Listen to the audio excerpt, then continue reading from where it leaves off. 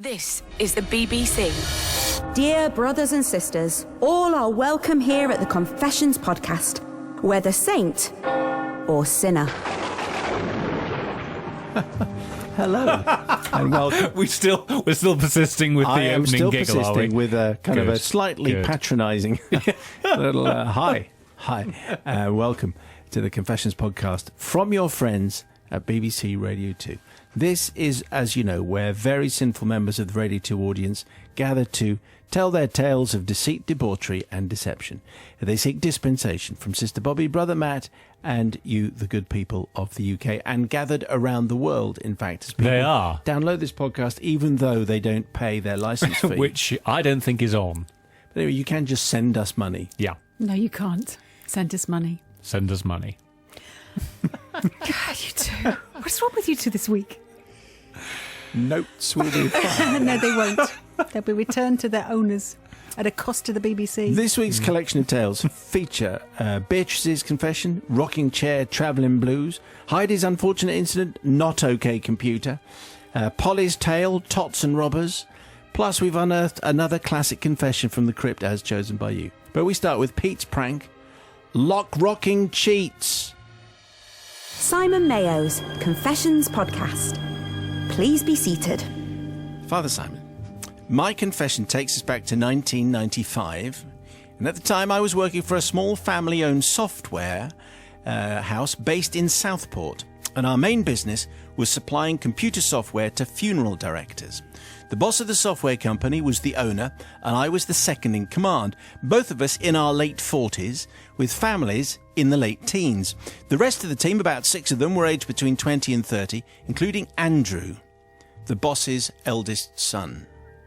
At 19, Andrew had chosen not to go into further education, but to work for his daddy's company.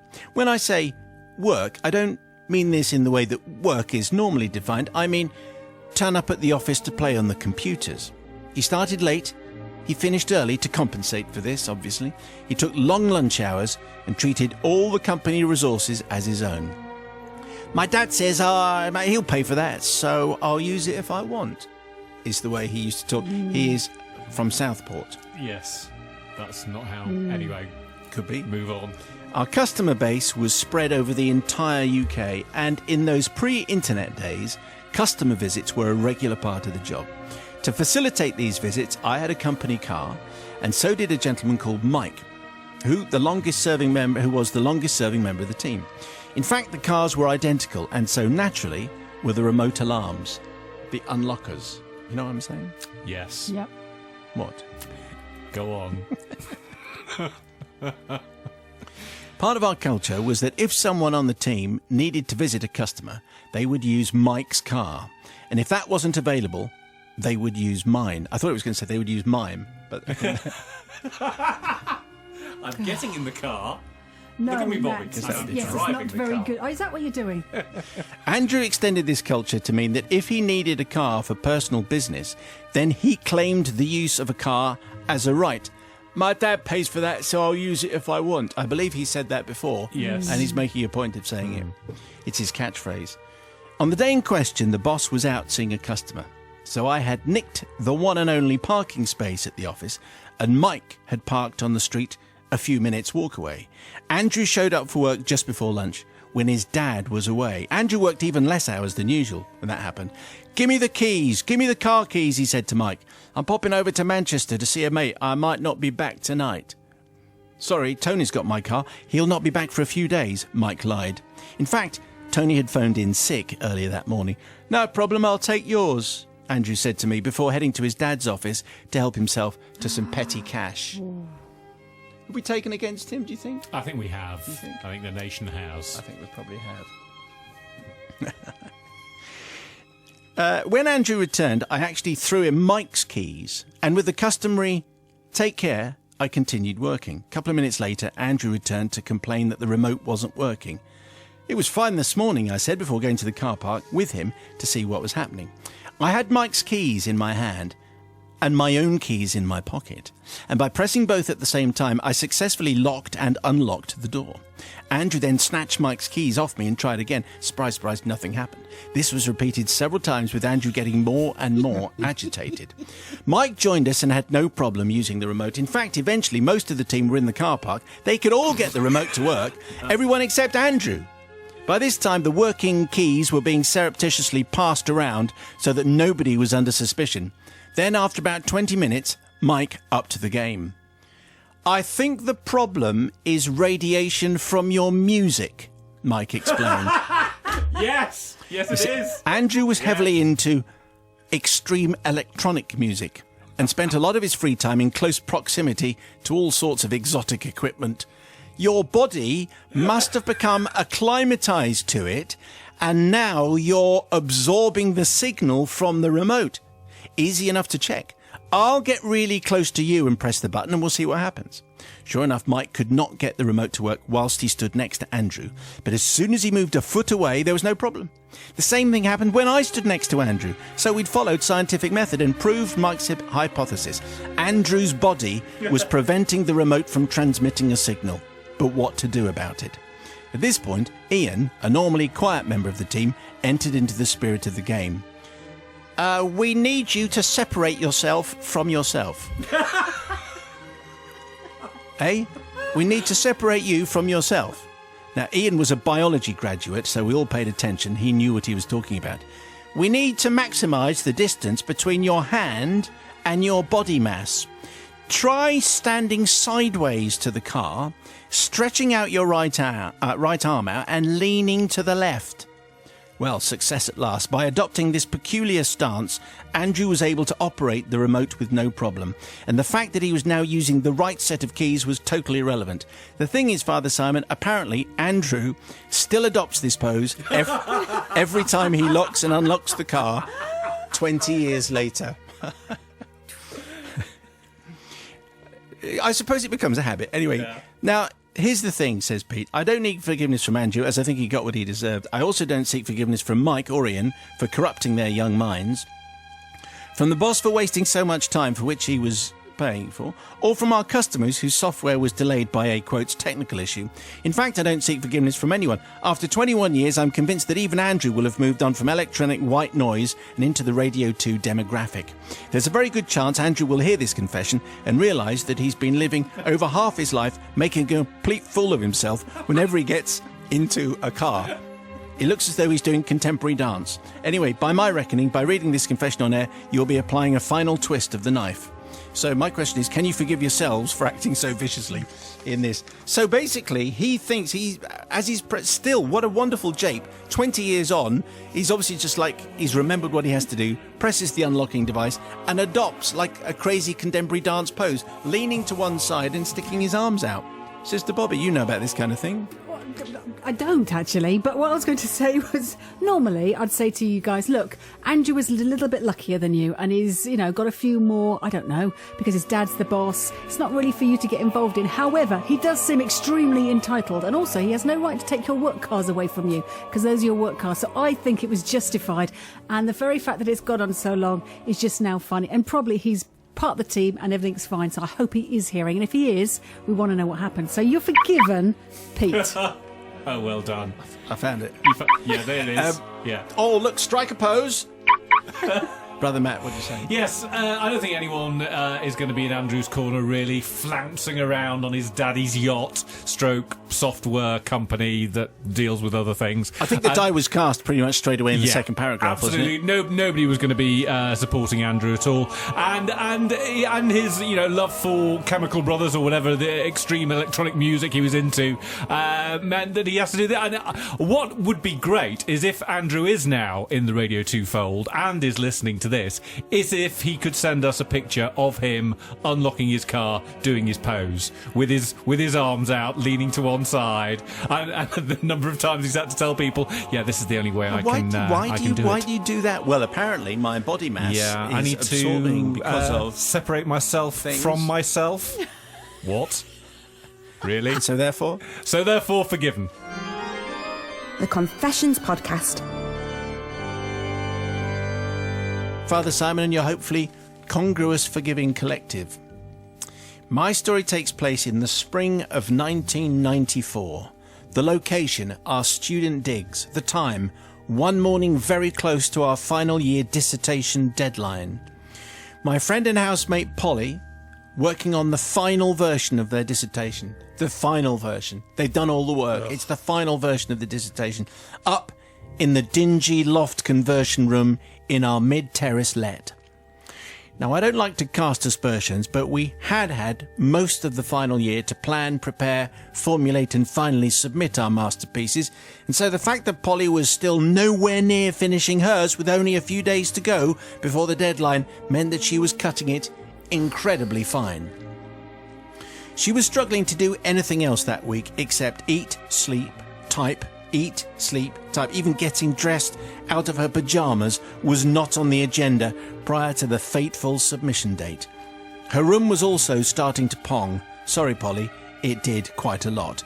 Obviously, as a supportive fellow student and friend, I did all I could to assist and alleviate any stress, including delivering regular snacks and cups of tea up in the penthouse suite. What a friend, hey? The morning in question, I was busying myself downstairs in the kitchen, making Polly her third or fourth cuppa of the day, when there was a knock at the door. I had no lectures that morning. The other two housemates were out, and Polly was otherwise engaged on her now 3-day-long date with her trusty, state-of-the-art Amstrad computer upstairs. And Heidi says other makes of computer are available. Well, they are now, but not really at the time. No. So that's basically what she had. So it was left to me to see who was needing attention on the doorstep. As I opened the door, an arm thrust an identity badge in my face, which on focusing I could see read Yorkshire Power or something similar. He spoke with a heavy Bradford accent, something which is I'm not going to do, obviously. Something along the lines of electricity. Oh, right, that kind of cellar. accent. I need to come in, check. That kind of thing. I dutifully led him in and gesticulated towards the cellar entrance, which led off the kitchen. He mouthed a few other bits and pieces at me. I nodded, and away he went off into the dark depths of our cellar. Realising that Polly may be in need of her cuppa sooner rather than later, I went over to the kettle to reboil. That's strange, I thought. Why is the kettle not working? And then it came, the blood-curdling scream from 2 floors above. What's happened to the electricity? No! No! I've lost everything! Everything! I've lost it! Despite being the most up-to-date form of word processing at the time, the trusty Amstrad did not auto-save like modern machines. Very small detail making a huge difference to the outcome of Polly's morning. Everything she typed into the computer had been wiped, with no written draft, that's for wimps, and no means to retrieve. Younger listeners amongst you will be shouting at the radio at this point, no doubt, suggesting ways she could rediscover the hundreds and thousands of words that she'd inputted. But we are talking about the IT days equivalent to the Doomsday period. No, actually further back than that, let's say the Ark. Put it this way, the work had been lost, wiped, vanished, vamooshed, gone forever. It had been deleted. A large lump appeared in my throat, my heart pounded, fear ensued. The words, which had previously sounded like a long mumble from the Bradfordian stranger in the basement, suddenly returned to my head. I then had a slow but oh-so-clear recollection of the words he'd uttered to me as he disappeared down in search of the house's electric circuit panel box. Is it all right if I switch the electricity off for a bit, love? By then, Polly had made it downstairs and, flustered, would not begin to describe how she looked. A mad woman possessed by the devil himself. What's happened? Why has the electricity gone off? I have lost everything, she screamed again, like I hadn't heard. Yes, no, fair Tell enough. me again what you've lost. Yeah. Keen to remove Polly from the scene as fast as possible due to the likelihood of her bumping into the electricity man, whose existence she was unaware of, increasing by the second, I ushered Polly out of the room and back upstairs on the promise of a cuppa and a biscuit, saying I would be up soon to see if I could help retrieve her work. Wiping her tears away and taking deep breaths, Polly then retreated upstairs. Meanwhile, I returned to the kitchen to find our visitor was now done with the essentials, had returned the power to the house, and was heading for the nearest exit. Without speaking, for fear of Polly now knowing that there was an extra person in the house, I hurried him through the hall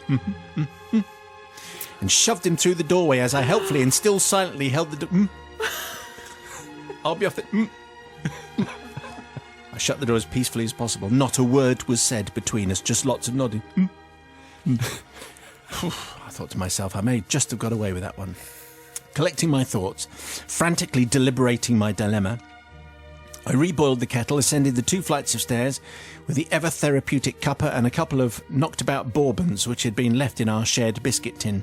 After sobbing for a wee bit longer while she nibbled on her medicinal bickies, Polly promptly pulled herself together and perspective kicked in. Well, it's not the end of the world, she said. I can remember some of what I've written. Plus, it's taught me a life lesson. To remember to manually save every 5 minutes. Well, few and double few, says Heidi. I quietly exited the room and returned downstairs. Fast forward to the present day, and I feel sufficient time has just about lapsed for me to be able to confess my ill doings and relieve my conscience. I must apologise to my dear friend Polly in the first instance for causing her so much stress and upset. I'm also apologising to the poor electricity board man, who I practically threw out into the street without even a thanks or a goodbye. And finally, sorry to the Amstrad computer, which took a mild bashing over the period of time that Polly was at university. Thankfully, Polly received a highly commendable honours degree in modern foreign languages later that year and has gone on to be highly successful in her field. I feel relieved that the electricity incident did not have an adverse effect on her overall performance. However, until this moment, she did not know that that was no power cut. That was me letting in the electricity man who just cut off the electricity supply because I'd forgotten she was working to the last minute, even though she should have been working a whole lot earlier. Anyways, Heidi's tale, what you say, Sister Bobby? This is back into the ancient days of IT.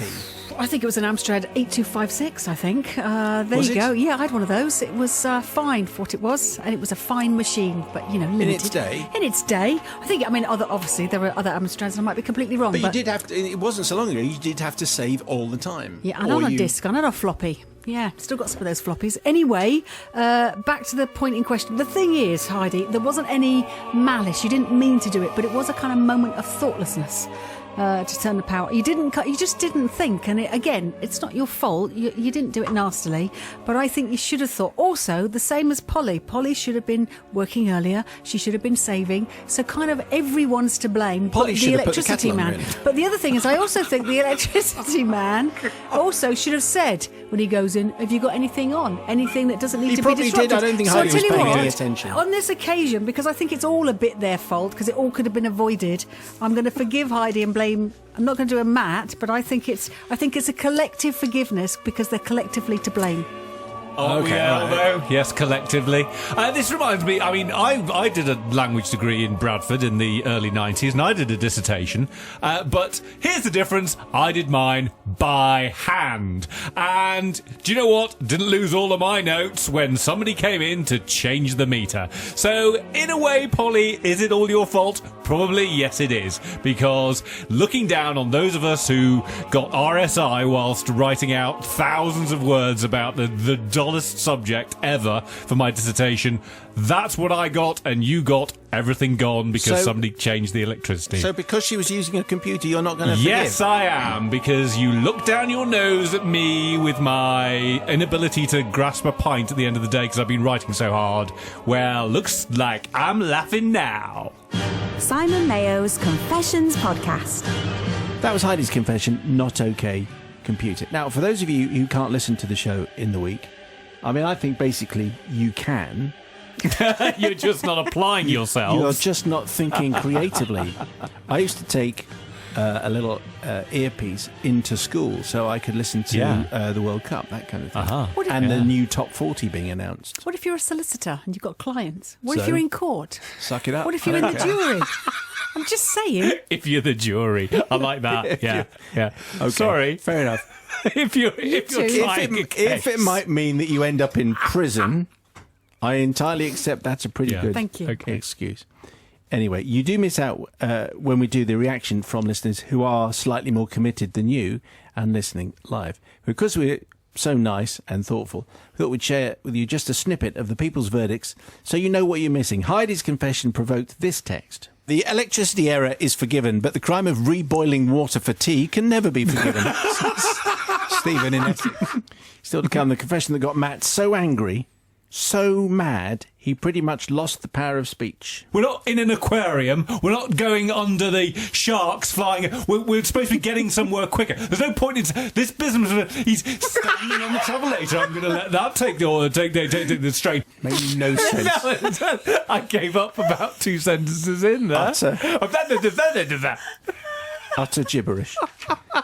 Anyway, it's that time again where we take a look at the parish notice board. Look, there it is. And what is the notice that's caught your attention, Bobby Pryor? Well, Sam H, aged only 14 from the south coast of Hampshire, emailed in to say, "Dear Father Simon and the car-sticking granting crew, I thought I would share my opinions again as we enter a new year, and it's not just because I heard that there may be a free drive time car sticker up for grabs.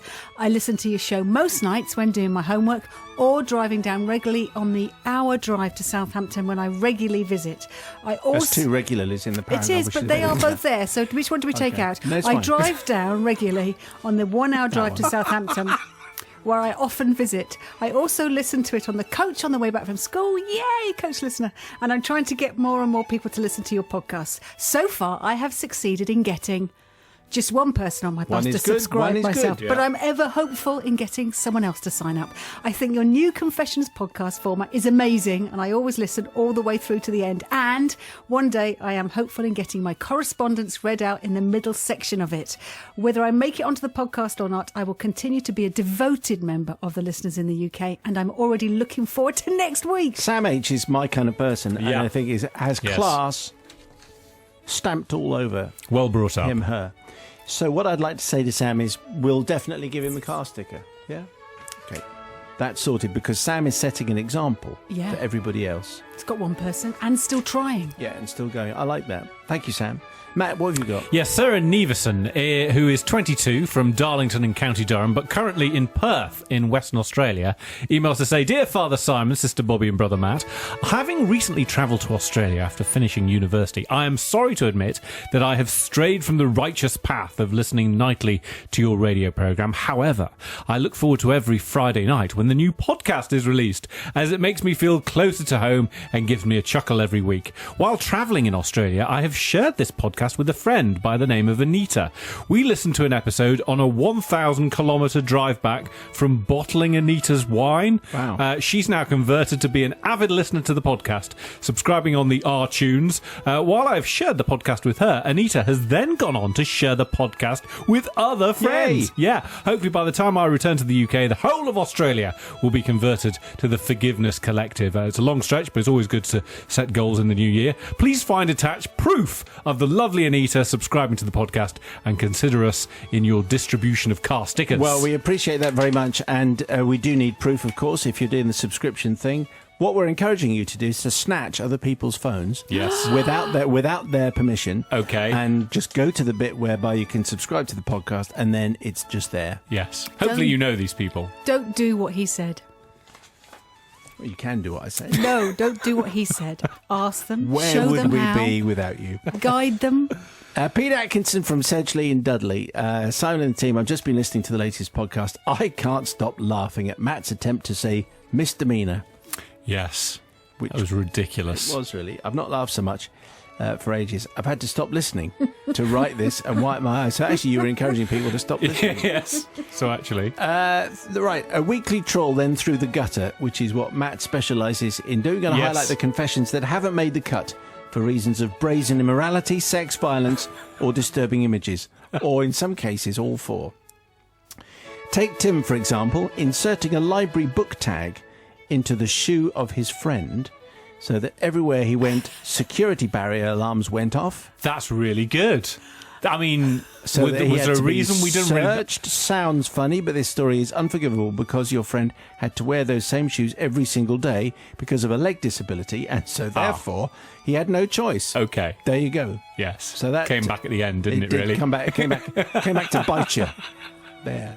You were thinking I should have waited before I pronounced. Yes. Philip, your tale about booking a well-known darts champion to play an exhibition match at your university is very entertaining, right up to the point where you explain he was forced to relieve himself in a sink because you'd given him a dressing room with only a sink and no toilet. The fact he'd left the door open and 400 students saw him No. only 180 only makes it more unforgivable. No. I bet it went straight down the middle. Yes. Ross's disgusting confession can be summed up in 6 words. Teenager, sick bag, throw, window, dog. Dog? Yeah. No. Poor dog. Probably poor dog, I would think, unless the dog... No. It could Don't say voluntarily... it. Don't Yeah, say I mean, it. I've seen that Actually, happen. that is probably Yeah, what that it is. definitely It's does not happen. poor dog, it's for Yeah, everyone who had to dog. watch while the dog went, all right Extra bit of tea. Yeah. then. Fancy it. I don't mind. Tastes good to me. Oh, no. No. We counted it going down. Yeah. And Bill, you're lucky we don't report you to the authorities for your tale. All we can say is it involves a badly wounded bird, a misjudged attempt to put it out of its misery, a pair of garden shears, and a hungry dog. Oh, my goodness. What? Oh, everyone's imagination now. Goodness me. No, you're right, Bobby, to have that face on. The thing Quite is, right. there should be a Yes. sound for my face. Yes. Can we have a sound for this face? Yes. And your mum's face. And your face. Both your faces. So just to be absolutely clear, none of these are okay. No, they're not. But send us your confessions anyway. But just ask yourself before you press the send button, is this suitable to be read out at tea time in front of a family audience? Because it's a family show. Even this might not be a family podcast. confessions@bbc.co.uk. On a less disgusting note, we've received another U-rated confession, and this one arrived to us by email this week. We just started this last week. Father Simon and the Confessional Compliance Crew. Hi, I'm writing on behalf of my younger sister Molly to email you her own confession. Molly is 4 and she's just learned how to type at school in her reception class. As soon as she came home that day, she said to me, these are her exact words, I need to email that funny man who does the cool voices to tell him what I said. Yeah, but she's 4. That's John Coleshaw, almost certainly. She's 4. Easily Yes. entertained at 4. Give her a cardboard box, she'll be I happy. think... Are you equating me to a cardboard box? Yes. Anyway, she told me to help her send an email to you, as even though she now knows how to type, she hasn't yet learnt to email. She was very decisive about how I was supposed to do this. I had to start it off, then hand it to her to type. So here is Molly's mini confession. I've got no idea what it's about. Okay. All right? Mm-hmm. Hello, my name is Molly, and yesterday I borrowed some paint, and I didn't ask Mrs. Grenthorpe first. So I'm sorry. Please forgive me. Love, Molly, age 4. So, Bobby, what do you say? Well, she's aware of what she did. She did wrong, and she's apologising. Of course, she's forgiven Do you- Molly. Well done for being honest. Matthew. Showing remorse, obviously, very, very important. Well done, Molly. But I think we've all learnt a lesson there about Mrs. Grenfell. I think Mrs. Grenthorpe left the paint out in Yeah, a callous way. maybe. And so that maybe it's her fault. Yeah, maybe. Anyway, then Hayley comes back in. Thank you, Radio 2. I need to send this quickly because Molly is saying in my ear, don't read it, don't read it, don't read it over and over again. So obviously she wasn't supposed to read it, but I can. So Yes. I've just done that. I'm Racked not by telling remorse. anyone else, no? It's from Hayley, age 12. Okay. So Hayley and Molly, thank you very much indeed. And a U-rated confession. This, I think we said first time, this has to be from nursery school or primary school. Uh-huh. Nothing beyond that, because otherwise it's not right. But forgiveness has been granted, kind of. Anyway, we still have some of our fabulous Drive Time car stickers going spare. Imagine. Still. All right. So we're going to generously send you a bumper sticker if, 1, you're the first to tweet the end of podcast code word, or if you can get another member of your family to subscribe to the podcast, and photographic proof and your address will be needed so that we can send it.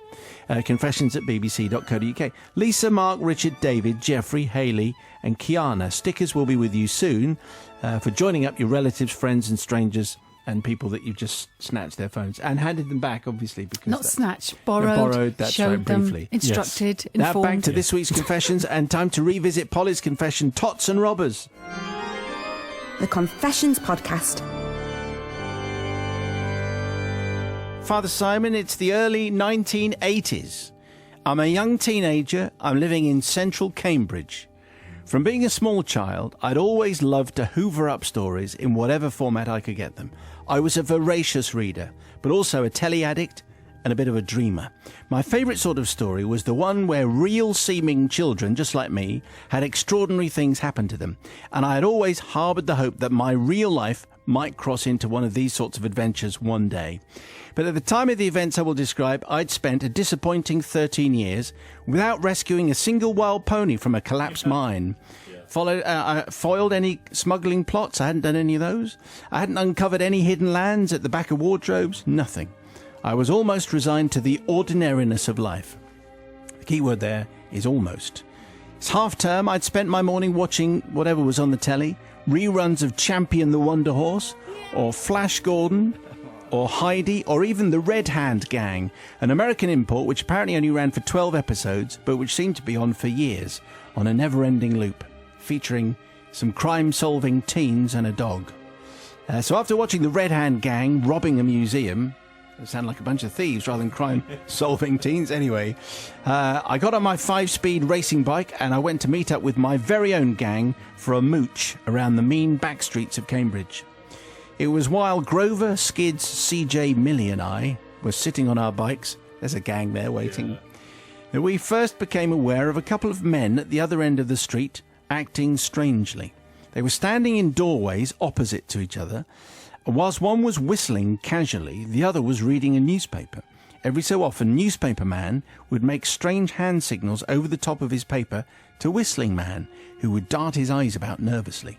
This peculiar behaviour became even more strange when a leather-jacketed third man appeared, handed his jacket to whistling man, and then walked on briskly without speaking. After a minute, whistling man, who was now leather-coated man, followed no longer leather-coated man, and a short time after that, newspaper man followed them as well. Hope you're following this. But none of them spoke to each other, or otherwise acknowledged each other, apart from some shifty looks. This was very suspicious. Our jaws hung open and our tongues fell out, watching these exchanges. In a matter of minutes, we had actually become the Red Hand Gang. It was what I'd been expecting and waiting for my entire life. And there was no way I was going to let it leave there.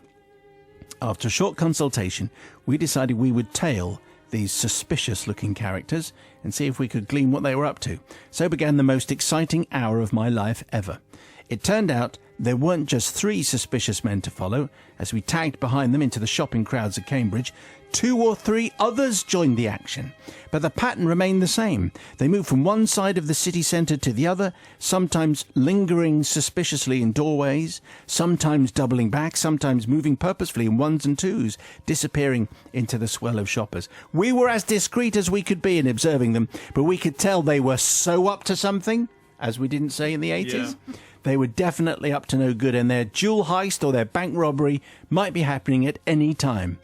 It was when they reached the newly opened Grafton Centre that they changed tactic, and we faced a dilemma. 2 of them got into a brown Ford Cortina, what else, and drove off, whilst the rest went into a cafe, and now finally sat at a table together. What were we to do?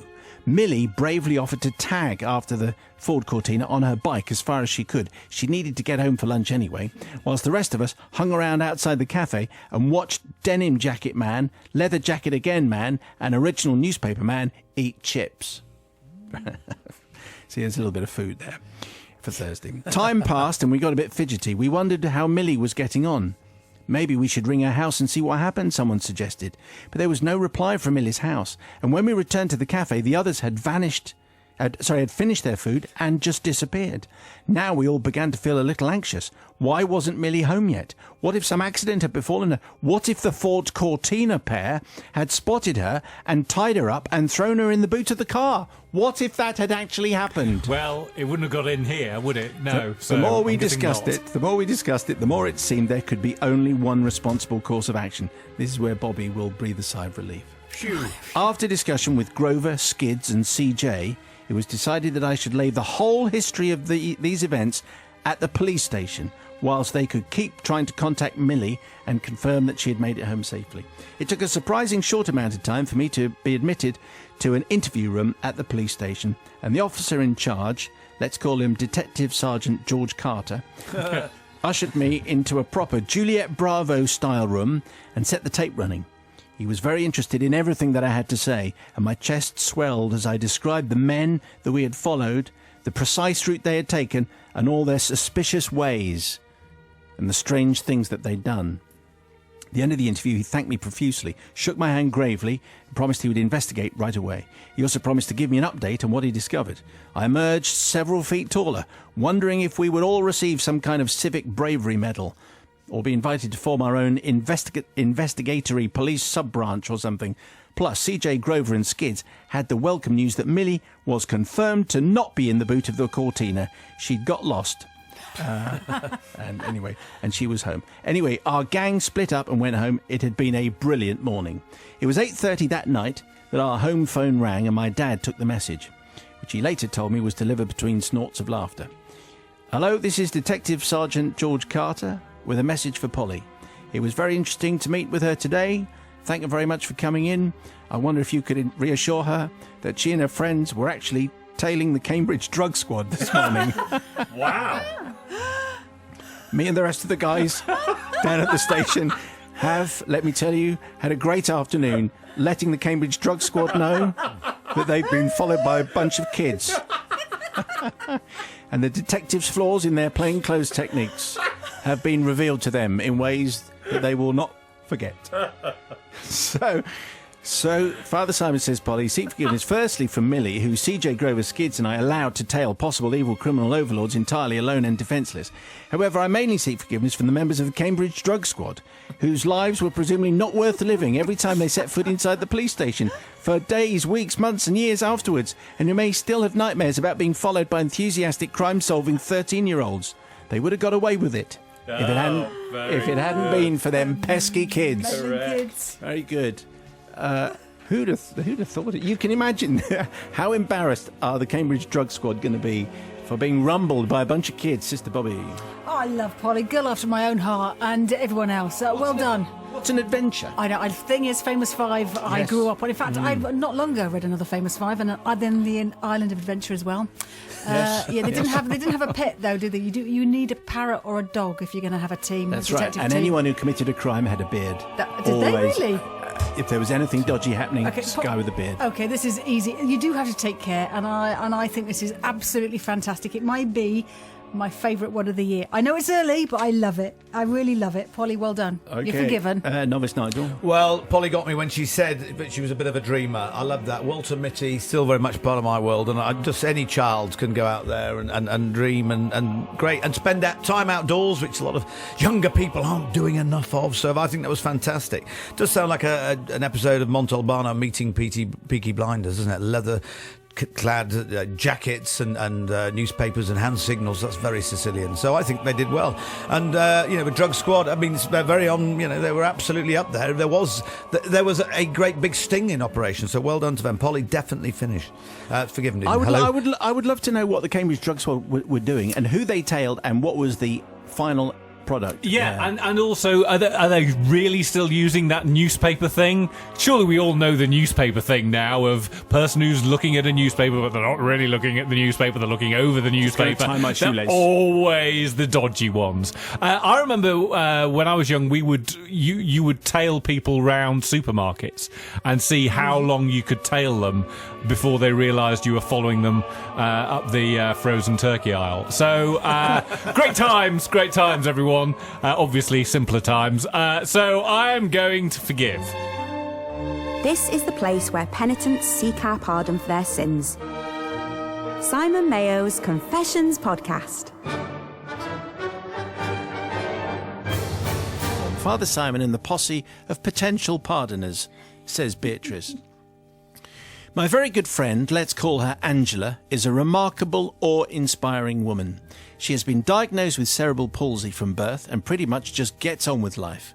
We met when I worked at university. The university she attended, and we've been friends ever since. Aside from her zillions of other achievements, Angela has a black belt in karate. It is the acquisition of this particular accolade in the 90s that is the subject of this confession. Angela's black belt qualifying event was being held in Belgium, and she required some extra assistance with getting dressed, managing her meals and propelling her wheelchair. She asked me if I could accompany her. Now, being a poor student at the time, a weekend trip abroad with a friend and a wonderful opportunity, I jumped at the chance. We travelled from London to Belgium via Eurostar, spent a lovely busy weekend. Angela worked like a Trojan, achieved her black belt in karate, and we also did a little shopping and ate some nice food. But all too soon it was time to return to London. We were returning on a Monday afternoon, but somehow, in the process of breakfasting and packing, we realised we were getting a little pushed for time. We arrived back at the Eurostar terminal with minimal time to spare before the train left. Now, I don't know if you've ever been to Eurostar in Belgium, but the terminal is actually a large complex with trains leaving on platforms that are on different levels, and at least back in the 90s it was not particularly well signposted. This certainly didn't help someone who was late, in a hurry, with 2 decent-sized holdalls full of clothes and with a friend who is a wheelchair user. So after being directed by passers-by to various incorrect platforms and dashing in and out of lifts, getting increasingly confused in the process, the fateful incident occurred. I asked a fellow passenger for the final time where our platform was, and he pointed. It was within sight. All we had to do was traverse the travelator. You know those flat escalators that you get at airports? I wasn't even sure they were called a travelator, but that's... Yes, that must be. Yeah. That's what it is. Normally flat. I had encountered the travelators many airports before I confidently approached this one, says Beatrice. Once I got closer, however, I noticed that this one, unlike the other horizontal ones I had previously used, sloped downwards towards the platform. Quite sharply. Interesting design, I thought, but considering we had very little time before the train left, I didn't let this stop me. I pushed Angela onto the travelator, took a few steps forward. A little late, perhaps, my brain kicked in and I thought, oh, this is a lot steeper than I was expecting. I'd better stop walking before I lose control of Angela's wheelchair. As I said, this is a little late, as I had, in fact, already lost control of the wheelchair. Right. The wheelchair, containing a rather shocked Angela, was rapidly gathering pace, but fortunately it was the early afternoon. There was only one other person on the travelator. It's where it becomes a bit like a cartoon here. As it sped up, the sound of the wheelchair careering down the travelator echoed round the station and reached a similar crescendo to a herd of elephants. The other travelator passenger, a young, stylish businessman, looked over his shoulder and did the only thing he could do, which is to run as fast as his smartly clad legs would carry him. Quite right. His briefcase was thrown in one direction, his newspaper in another, as we involuntarily chased him to the bottom of the travelator. As we hit the bottom, Angela flew out of her wheelchair, but due to 2 fortunate facts, she had a holdall full of clothes on her lap, and she's a black belt in karate, who has extensive experience of falling safely. She was completely uninjured. The businessman, also uninjured, and other passengers raced to help Angela back in the chair, whilst I was flat on my face, wrestling with my trainer lace that had become entangled in the escalator. But aside from an escalator-shaped cut in my left knee, in which I still have the scar, I was also uninjured. I think that makes you injured, actually, but apart from that, she was uninjured. We thanked our saviours, reassembled our belongings and hobbled off to catch the train with literally moments to spare. All the way back, we cackled with laughter at our close escape and how hilarious we must have looked. But years later, I'm still a little uneasy, Father Simon, so I need forgiveness, not for Angela, as on my return home, I wrote a stinky letter to said train company about their poor signage, and we received free first-class tickets to Paris. In fact, in the terminal, on our return from Paris, Angela leant across and said, "Shall we do it again?" No, that's not. Neither do I seek forgiveness for all the other passengers who had their journeys interrupted by my stupidity. However, I do seek forgiveness from the businessman who, whilst completely minding his own business, was chased by a woman and her friend in a wheelchair at breakneck speed down a travelator without any warning. Yours, Beatrice. P.S. I'm an occupational therapist. I mention this, it won't mean much to you, but will give other OTs listening an extra reason to giggle. We're meant to support people in their recovery, not attempt to introduce new ones. Well, hardcore confession listeners will remember we had a very good occupational therapist confession, which revolved around the fact that it was almost impossible to explain what an OT does simply. So when this OT was confused for a nun, she actually did say a few words of blessing at a funeral. So that's the way that one went, which maybe we could do as a confession from the crypt. Anyway, Beatrice is the one who wants some forgiveness from Sister Bobby there. Well, I'm going to attend to both of you, actually, or basically Beatrice and Angela. What are you two like? I wish you were my best friends. I've got some good friends, but I could always do with more. You two sound like an absolute, what storm. It's great, isn't it, when you get a potential story going all well in the end.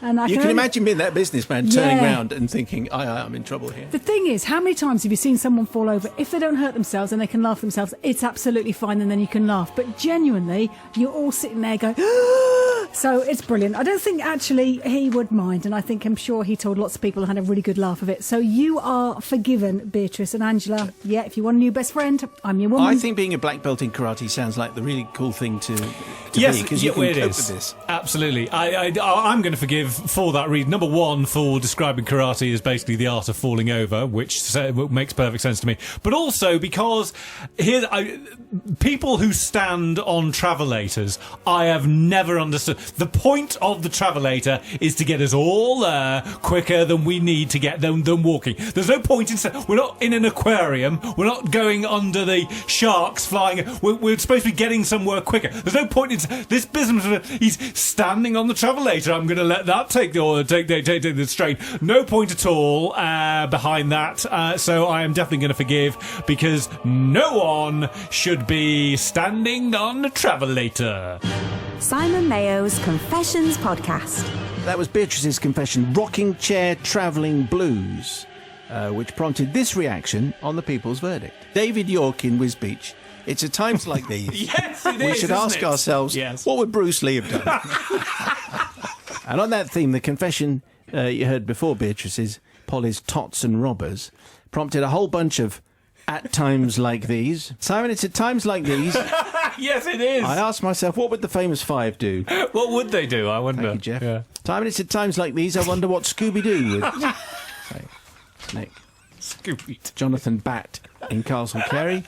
Simon, it's at times like these. Yes, I wonder what Detective Sergeant Jim Bergerac would have done. Sounds like the drug squad have had their chips. And one more, Jeremy Stockton. Simon, it's at times like these. What would Enid Blyton do? What would she do? And the Shaw Taylor and everybody else. Because there's so many things that you need to ask yourself at times like these. Anyway, that concludes this week's batch of confessions and listeners' verdicts. So maybe it's inspired you to send in your own confession. Here's the email, confessions@bbc.co.uk. Before we leave you, another treat from the Confessions Crypt. This week's has been requested by Teresa Smith, Angie Edgar, Linda Hudspeth and Mike from Barry, who writes, "The best one I ever heard concerned a rugby club trip to Ireland involving a ferry crossing and some false teeth. I think it would have been broadcast around May 2013. I remember being on a bus in Morocco about that time and sharing this one with the family via the podcast. Fellow bus passengers cast strange glances as we hooted with laughter in our little headphone-cosseted world within. Sorry, I can't remember much more. It would be great if you could find and play this one, as it is one of the funniest I can remember." So here it is, our confessions from the crypt, the one that we called Let There Be Gums. The Confessions podcast. Dear Simon and the Thorough Three, need to not bad, is it? Need to unburden myself of a punishing guilt that I have endured for many a year. Like all good Welshmen, I've been a member of my local rugby club for many years. I heard an intake of breath there. Oh, yes. Well, it's not really a No. Most of the rugby-themed confessions don't actually get past the filtration process. Goodness. So this one's slightly more unusual. I've been a member of my local rugby club for many years, but my story does not really revolve around rugby so much as a rugby trip with my rugby friends. They're often half just as It's not getting any better. It's not getting any better so far.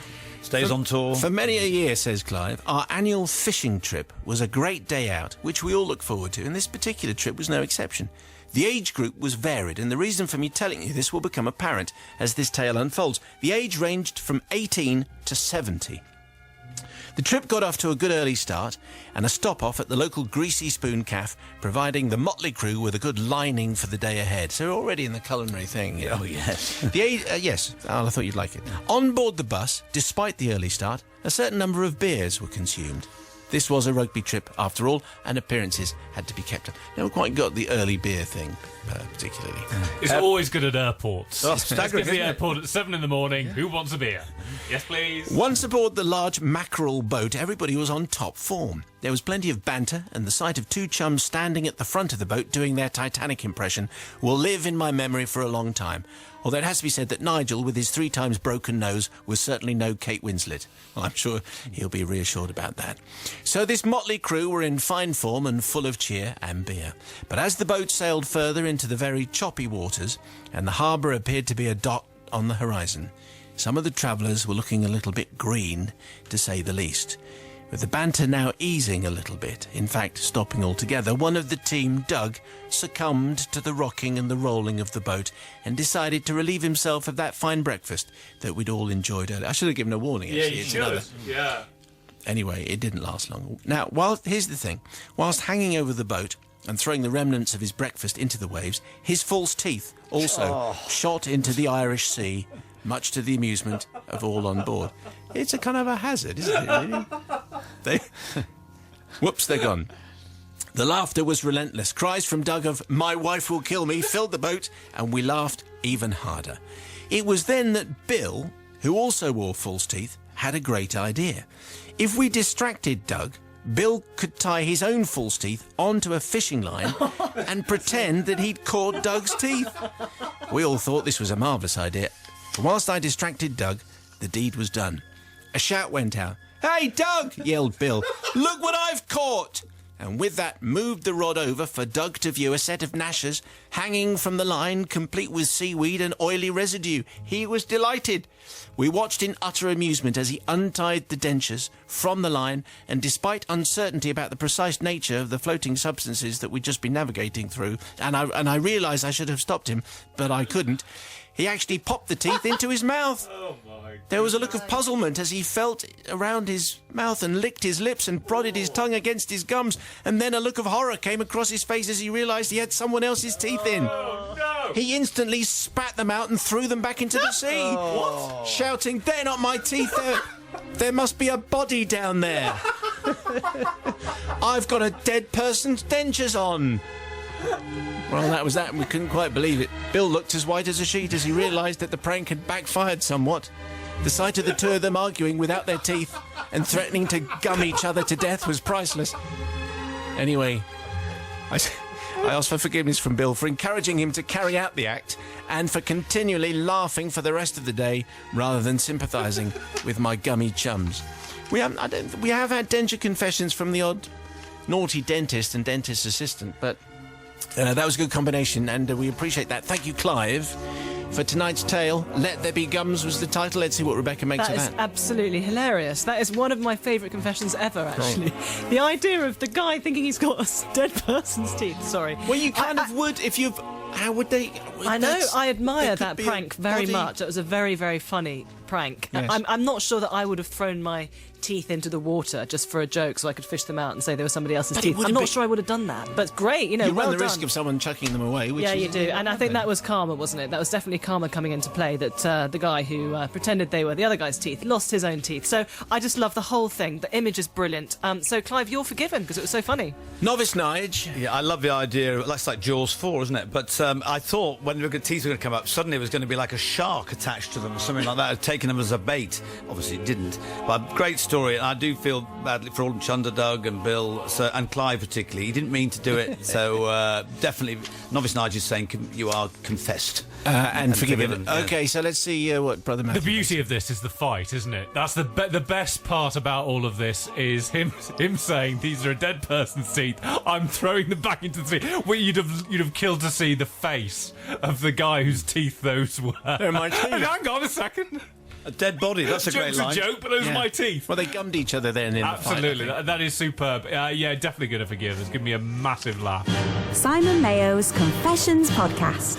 And that was your confession from the crypt this week. And as I think I mentioned, anything with a rugby club normally does not get on. No, it doesn't. It's a double whammy, though, that one, isn't it? It's a It's great. It's, I mean, number one, it's got Nige in it as well, And which Rebecca. is always hilarious. Yeah, and Rebecca. But it's the fight. It's them having a fight.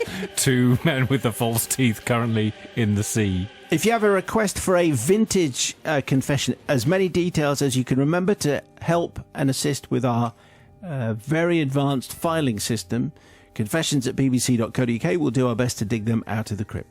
Bobby forgave everybody this week. Did I? Just everybody. Wow. You are With me? such a pushover. Yes, quite Well, right. that's not too. going to last, is it? Well It's, done. first week Your of the year. yearly tally, 5 forgives, 2 not forgives. Matt, you forgave 3, which takes you to 6 forgives and 1 not. I can't imagine who I didn't forgive, but anyway. If you have something to get off your chest, you know where to send it. And if you made it to the end of the last podcast, I ask you to tweet I wasn't allowed anywhere near a warm panda. Thank you to Paul, who gets the sticker, and Brenda, Oscar, Sandra, Mark, Andrew, Colin, Tina, and loads of more who did just that, but weren't first in the way that Paul was. This week's code phrase is...